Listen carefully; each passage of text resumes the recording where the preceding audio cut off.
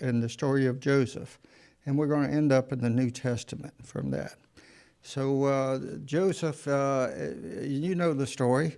He was called by his brothers the dreamer, and he had these dreams when he was a young man, and even the father questioned him about the dreams, and so the brothers were jealous of Joseph. His father had made the coat of many colors for him, and so whenever he went out to his father had sent him to take bread to his brothers out and see how they're doing with the animals. And so it took some time, but he found them. And they looked up and they said, well, here comes that dreamer. And you know the story. And they grab him and throw him in a pit with the intentions of murdering him. And what they do, they sat down and ate their father's bread that he had sent them. And then they saw the caravan and sold him into slavery for a few pieces of silver. And he went to Egypt and was bought and became a slave of Potiphar. And then the event went through. He ended up running Potiphar's estate in an excellent way. God was with him. And until Potiphar's wife had a little interaction with him and claimed that he attacked her. And so Potiphar put him in the federal prison there. And so, and he ended up in prison. And while he was in prison, came across this, he interpreted dreams for a baker and a butler, which eventually ended up getting him out of jail because he interpreted a dream for the Pharaoh. And so ended up going from jail to second in command of one of the largest kingdoms in the Middle East at that time.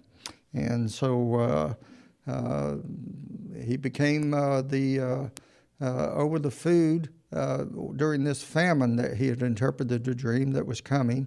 He stored up the food and became distributor. And so people from all around were coming to him for food. And we know the story. And who should show up one day but his brothers? And did he say, oh, here's my chance to get them back? No. He was a true man of God, and he really wanted to test his brothers to see if they were the same. Many years had gone by. Were they the same way? Were they hateful? You read some of the stories about the brothers, and they were a wild bunch and did many things that were not proper. And so we're going to go in and look at that. But his goal with the brothers, while he was testing them, was to see his little brother, Benjamin. Benjamin was his blood brother from Rebekah. And so Rebekah had died in childbirth when giving birth to Benjamin. And so we're going to look a little bit deeper at this story and see what unfolds from this. And so I'm going to start in Genesis 42, 16 through 20, and we're going to take a little deeper look at a couple of things on this. So Genesis 42, that's where we're going.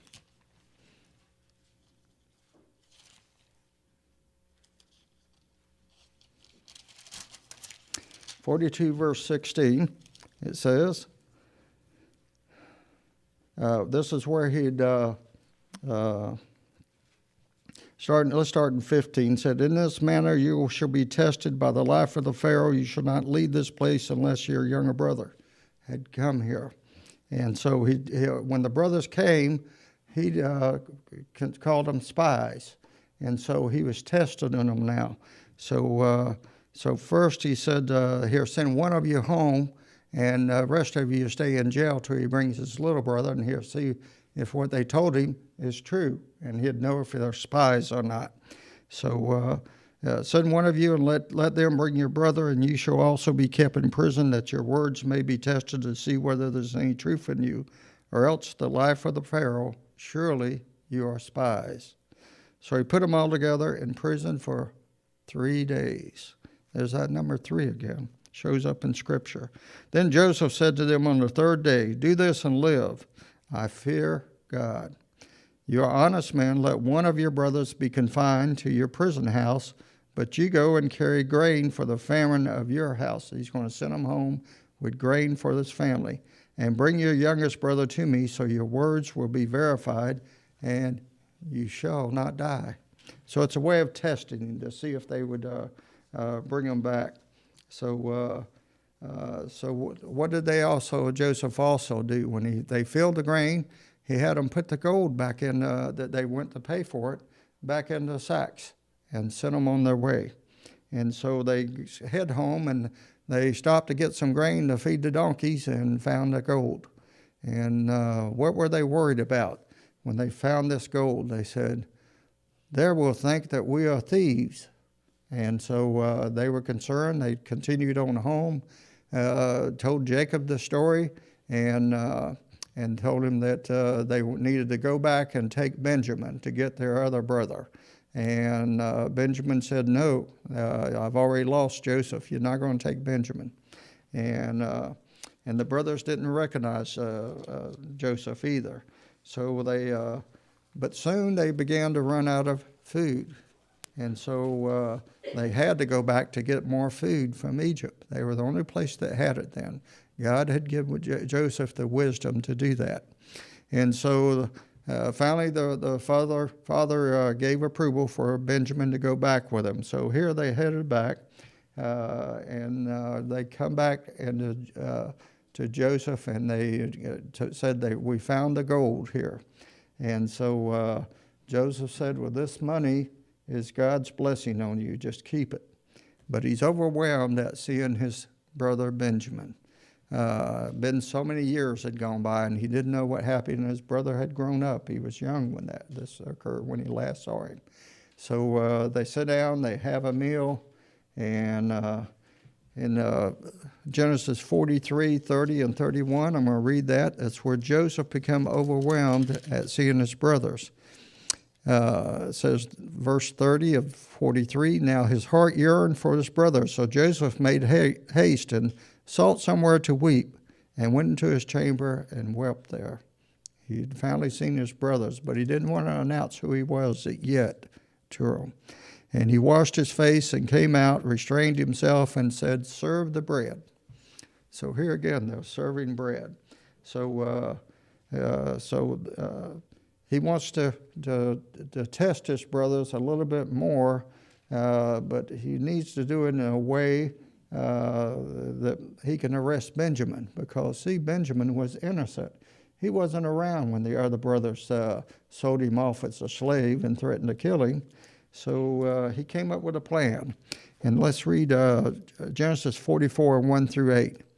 And he commanded the steward of his house, saying, fill the men's sack with food, as much as they can carry, and put each man's money in the mouth of a sack. Also put my cup, the silver cup, in the mouth of the sack of the youngest, and his grain money. So he did according to the word that Joseph had spoken. As soon as morning dawned, the men were sent their way, they and their donkeys. And when they had gone out of the city, when not yet far off, Joseph said to his steward, get up and follow the men, and when you overtake them, say to them, why have you repaid evil for good? Is not this the one from which my Lord drinks, and with which we have indeed practiced divination? You have done evil in so doing. Hold on a minute. Deviation with this cup. What kind of cup is this? And it's the cup of someone in an exalted position. And we're told in Patriarchs and Prophets, page 230, this cup was supposed to possess the power of detecting any poisonous substance placed therein. Cups of this kind were highly valued as a safeguard against murder by poisoning. And that was the job of the butler, was to serve food or drink in this cup. And so divination. So he overtook them, and he spoke to them these words, and they said, why does my Lord say these words, for it be from us that your servants should do such a thing. Look, we brought back to you from the land of Canaan the money we found in the mouth of our sacks. How then could we steal silver or gold from the Lord's house? And so the brother said, we brought back the gold before. Now it's our own sacks. We're innocent of these. And so notice verse 9, though. Would whoever your servants it is found, let him die, and we will also be thy Lord's slaves. And he said, now let it be according to your words. He with whom it is found shall be my slave, and you shall be blameless. Then each man speedily let down his sack to the ground, and each opened his sack. So he searched. He began with the oldest and left off with the youngest. And the cup was found in Benjamin's sack. Benjamin, the innocent one, was found with a cup in his sack. It appears that Benjamin's a thief because the cup's in his sack. So the cup was supposed to safeguard against any poisoning. The stealing of this cup would have been a breach of security of the ruler. Now we have this question here. The brother says, if somebody stole his cup, let him die. Where did Joseph get this idea from? This idea to put the cup in Benjamin's sack. Where did he get it from? Let's back up a minute to chapter 40. And we're going to look at verses 1 through 3 real quick in chapter 40. And starting at verse 1, chapter 40, it came to pass after these things that the butler and the baker of the king of Egypt offended their lord, the king of Egypt. And the Pharaoh was angry with his two officers, and the chief butler and the chief baker. So he put them in custody in the house of the captain of the guard, in the prison. And this was the place where Joseph was confined. So the question is, why were they there? What had they done that he got upset? So we live in an age of disclaimers. So I'm going to make a disclaimer to you. There's nothing in Ellen White that portrays these events in the way that I'm going to bring them out through the biblical scriptures. But in the end, I think you will find Joseph was a wise man. He had great wisdom to be able to run at a young age Potiphar's estate and then be put in prison and end up running the prison on his own. So he had wisdom, and he used this wisdom. So let's follow along. The butler was the cupbearer. His responsibility was to taste the food and drink before the king ate. He put his life on the line in case somebody tried to poison the Pharaoh. The butler or the baker may have tried to take the life of the Pharaoh. So Joseph, as we know, is a Christ-like figure. And he's Christ-like in this story too. And we'll bring this out. Joseph was betrayed by his brothers for a few pieces of silver, and Jesus was also betrayed for silver. Joseph was sold. Jesus was sold. Joseph was falsely accused. Jesus was falsely accused. Joseph was put in prison though he was innocent. And did Potiphar know that Joseph was innocent when he took him to prison? Sure, he knew. He knew his wife. He knew her character. But did he put him in prison anyway? Yes. He put her in a... What about Pilate? Did Pilate know that Jesus was innocent? Sure he did, but he condemned him anyway. When Jesus was crucified, did he end up between two criminals? Matthew 27:38. There were two thieves crucified with him, one on the right and another on the left. Two thieves. Were one of these justified in the sight of God? Surely. And one was not. They was condemned. The parallel of Joseph is that he was between the baker and the butler. And the Bible's parallel in the story of Joseph and Jesus was that what's the odds the baker and the butler are in jail for trying to steal the cup from the Pharaoh, the Pharaoh's cup. So where does Joseph get this idea to put the cup in Benjamin's sack? Does he think back to the time of the baker and the butler? So Genesis 40, let's read 5 through 13. He slept and dreamed a second time, and suddenly, this is the Pharaoh's dream, you know. I'm in 41, that's wrong. So let's go to 40. And the butler and the baker of the king of Egypt were confined in prison and had a dream. Both of them, each man's dreamed in one night, and each man's dream with its own interpretation. And Joseph came in the morning and looked at them and saw they were sad. So he asked the Pharaoh's officers who were with him in the custody of his Lord's house, saying, "Why do you look so sad today?" And they said to them, "We each have a dream. There's no interpreter of it." And so Joseph said to them, "Do not interpretations belong to God? Tell them to me, please." Then the chief butler told him his dream to Joseph and said to him, "Behold, in my dream, a vine was before him, and in the vine were 3 branches. It was as though it budded, its blossoms shot forth, and its clusters brought forth ripe grape.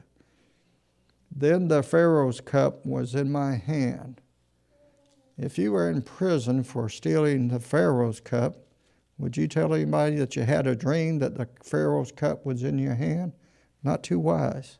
"And I took the grapes and pressed them into the Pharaoh's cup and placed the cup in Pharaoh's hand."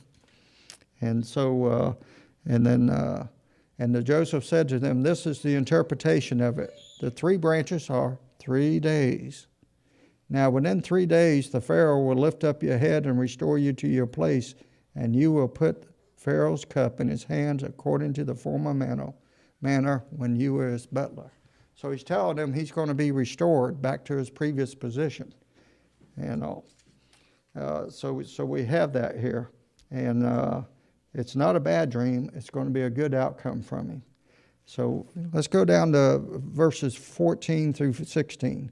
"But remember me when it is well with you. Please show kindness to me. Make mention of me to Pharaoh and get me out of this house." He's identifying with the butler here. "For indeed I was stolen away from the land of the Hebrews, and also I've done nothing that they should put me in to the dungeon."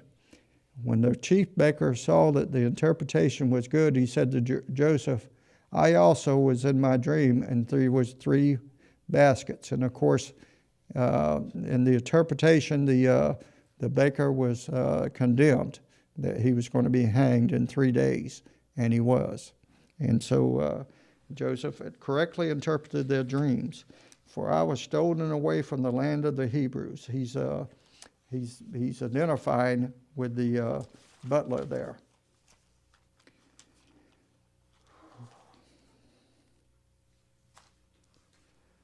Pharaoh says, then comes about the time when the butler, by the way, forgot about him. He forgot about him, but until this time come, a couple of years, maybe 3 years later, the Pharaoh wakes up and has a dream. And what does the Pharaoh do? He does exactly what Nebuchadnezzar does. He calls the prophet, what's that called? The prophecy hotline. And goes to the soothsayers and the magicians and tries to interpret the dreams, but they couldn't do it. And he says, "No, I have no one to interpret my dream." Then it dawns on the butler. And we pick this up in chapter 49, verse 9. "The chief butler spoke to Pharaoh, saying, I remember my faults this day." That's the way he puts it. "And when the Pharaoh was angry with his servants and put me in custody in the house of the captain of the guard, both me and the chief baker, we each had a dream one night, he and I. Each of us dreamed according to the interpretation of his own dream. Now there was a young Hebrew man with us there, a servant of the captain of the guard. And we told him, and he interpreted our dreams to us. To each man he interpreted according to his own dream. And it came to pass, just as he interpreted for us, so it happened. He restored me to my office, and he hanged him. So what did the Pharaoh do? He called Joseph. Now you'd think that Joseph, he probably inquired of Joseph how he ended up for prison and what he was there for. But Joseph comes through. So sometimes when Jesus went back to heaven, do you think sometimes that he may have forgotten about you? No. What's he doing? He's up there interpreting.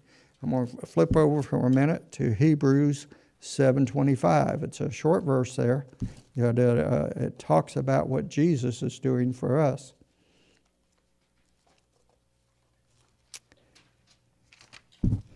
Hebrews 7:25.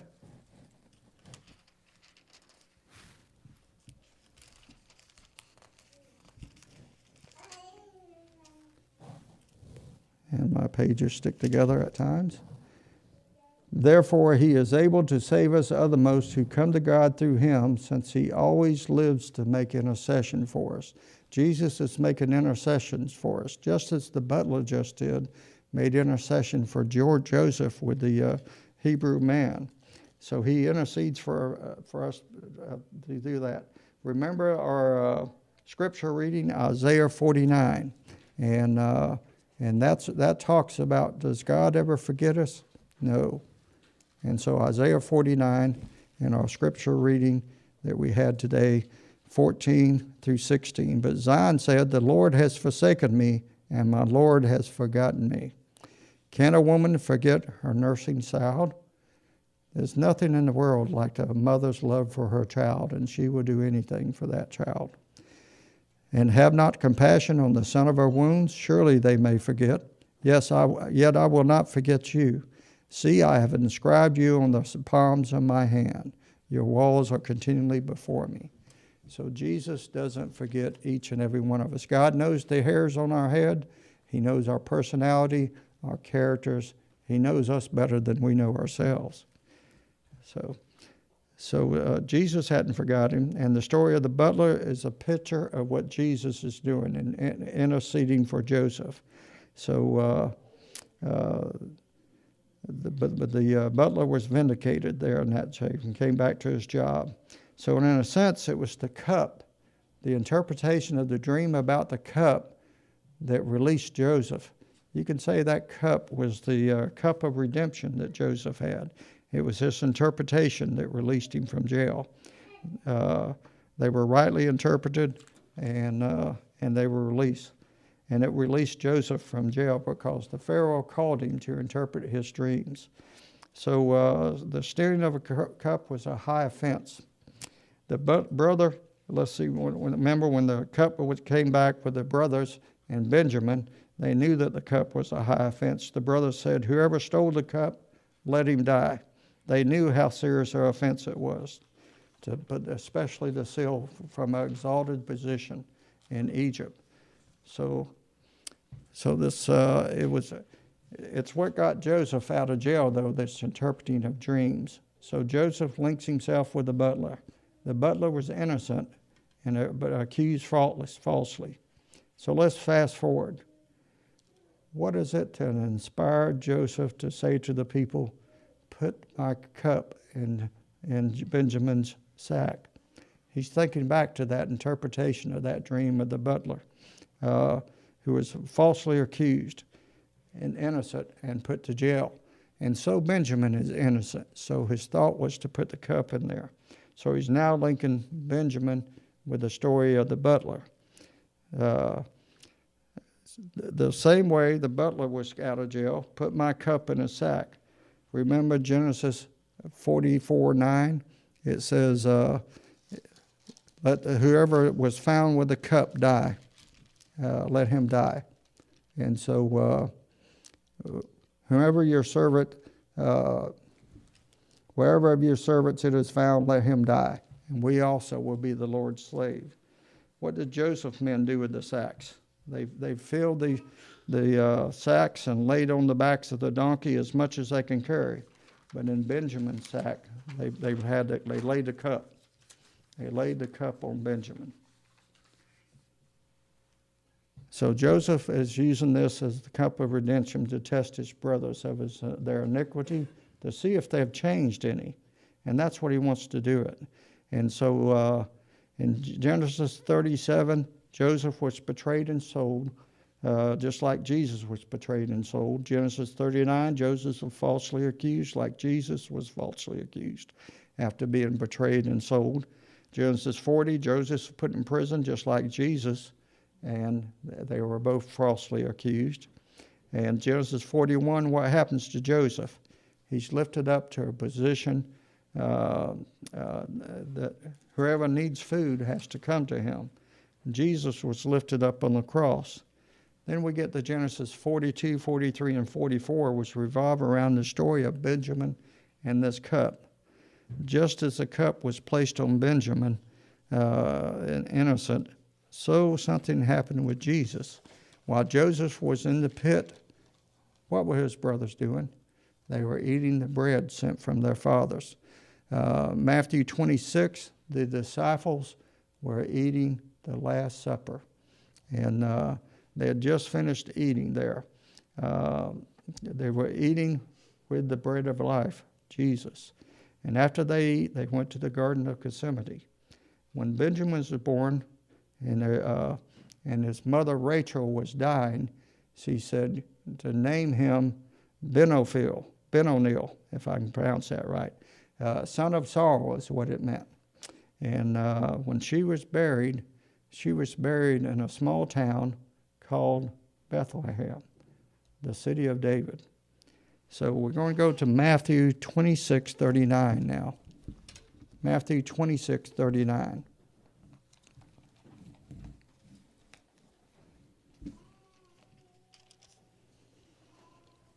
And this is Jesus. Said he went a little further and fell on his face and prayed, "O Father, if it is possible, let this cup pass from me. Nevertheless, not as I will, but as you will." So what's going on? God laid the cup in Jesus' sack, the innocent one. So he took the cup of our guilt and our sin, the cup that was found, could have been found in any of the 12, they would be deserving of it, but not Jesus. He was innocent. He didn't deserve it. Remember, it should not have been found in Benjamin's sack. He was not the one there when they committed the crime against Joseph. So he was innocent. The cup was found in Jesus' sack. What the brother said in 49:9 turns out to be a prophecy. Would whoever of thy servants it be found, let him die. We can now understand Jesus' prayer. Father, if it's your will, take this cup from me. I'm not a thief. I'm not a liar. I'm not a robber. I'm not a murderer. I have not sinned. Let this cup be found not in my sack. So let's go to Isaiah 53. We're going to see, I know this is a familiar verse to many of us. Isaiah 53, we're going to look at verses 3 through 6. He was despised and rejected by men, a man of sorrows and acquainted with grief, as we hid, as it were, our faces from him. So Joseph, remember how Joseph's men went out after the 12? Let's look at, and let's look at John 18:3. John 18:3.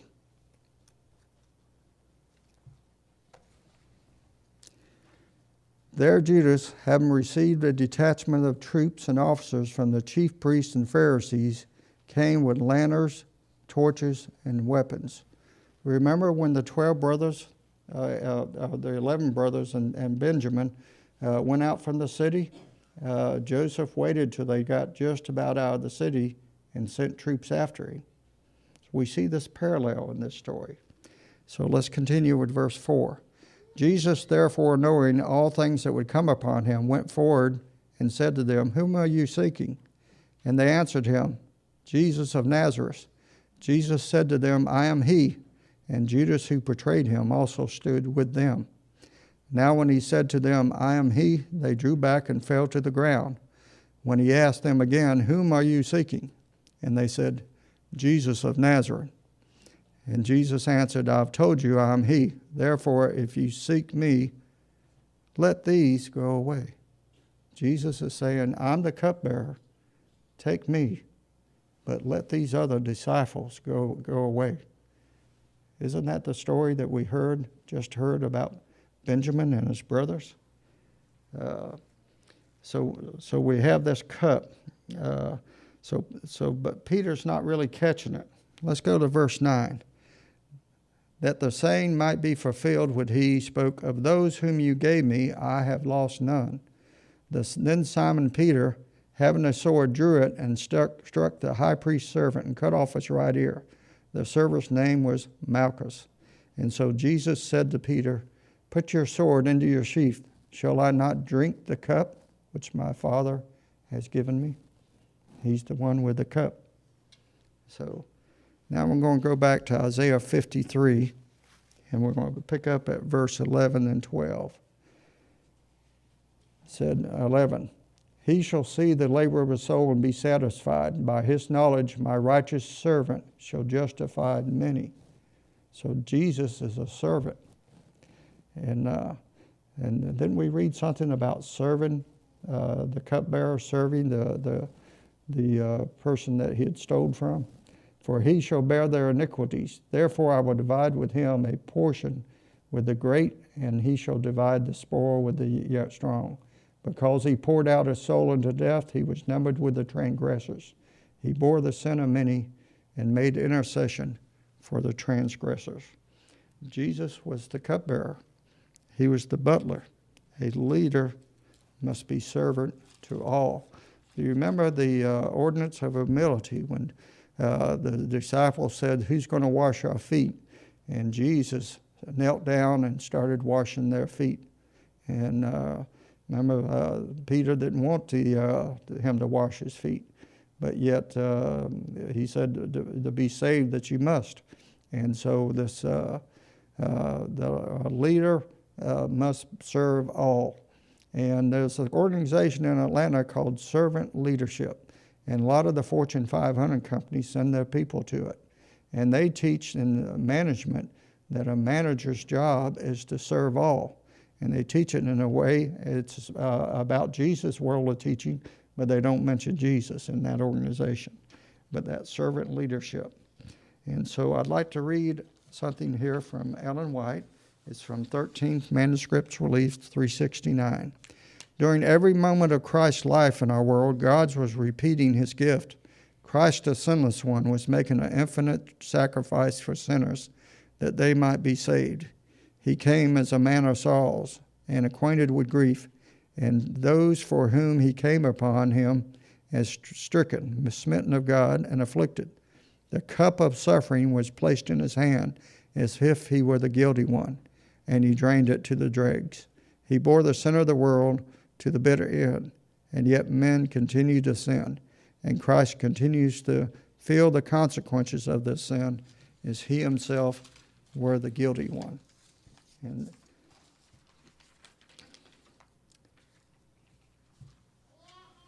so I can't leave you hanging about the other brothers. Let's turn back to Genesis 44, and we're going to read 16 and 17. Genesis 44, 16 and 17. Starting in 16. Then Judah said, What shall we say to the Lord? What shall we speak? How shall we clear ourselves? God has found out the iniquity of your servants. Here we are, my Lord's slave, both we and he also with whom the cup is found. Speaking of his brothers Benjamin. But he said, this is Joseph speaking, Far be it from those that I should do so. The man whose hand the cup was found, he shall be my slave. As for you, go up in peace to your father. Isn't that the gospel message? The one whose cup was found is my slave, but the others may go free. And so it's the gospel message being told in the Old Testament. So, and let's go back to Matthew 16 here real quick, and we're going to look at verse 24 and 25. Matthew 16.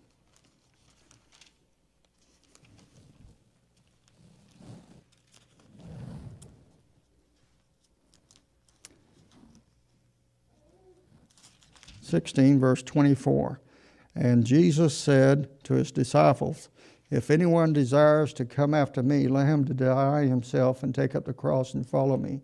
For whoever desires to save his life shall lose it, but whoever loses his life for my sake will find it. It's the gospel message being sent out here. So the brothers were following Benjamin back to see Joseph. They had no idea what would happen to him. Sometimes when we follow God, we have no idea where God is going to lead us. We just know that the cup was not in our sack, but given to Jesus for us. And we're left with a sack of provisions, as much as we could carry. And so once in a while, we have to check the provisions that God has given us and count our blessings. Benoni, Benjamin, was born in the city of David, the son of sorrows. His father called him Benjamin, which means son of the right hand. Jesus has written to the right hand of the Father. He was the cupbearer for all of us, each and every one. So it's a tremendous story about salvation and the cup in the Old Testament, and we can follow and apply it to what Jesus went through and what he took for each and every one of us. So that we may live, that we may go free. And he has taken that. There's one verse that I'd like to end with, and that's John chapter 5 and 25. And, a lot of people have questions about their salvation and whether or not they're saved. Or if you want to be saved, this is the simplest verse in the Bible about salvation. And it's John 5, verse 24. Most assuredly I say to you, he who hears my word and believes in him who sent me has everlasting life, and shall not come into judgment, but has passed from death into life. And so if anybody watching on this video would like to have a visitation or a Bible study, please, you may call the church. The number is 478-274-8898 and request those. I will now turn it over to our head elder.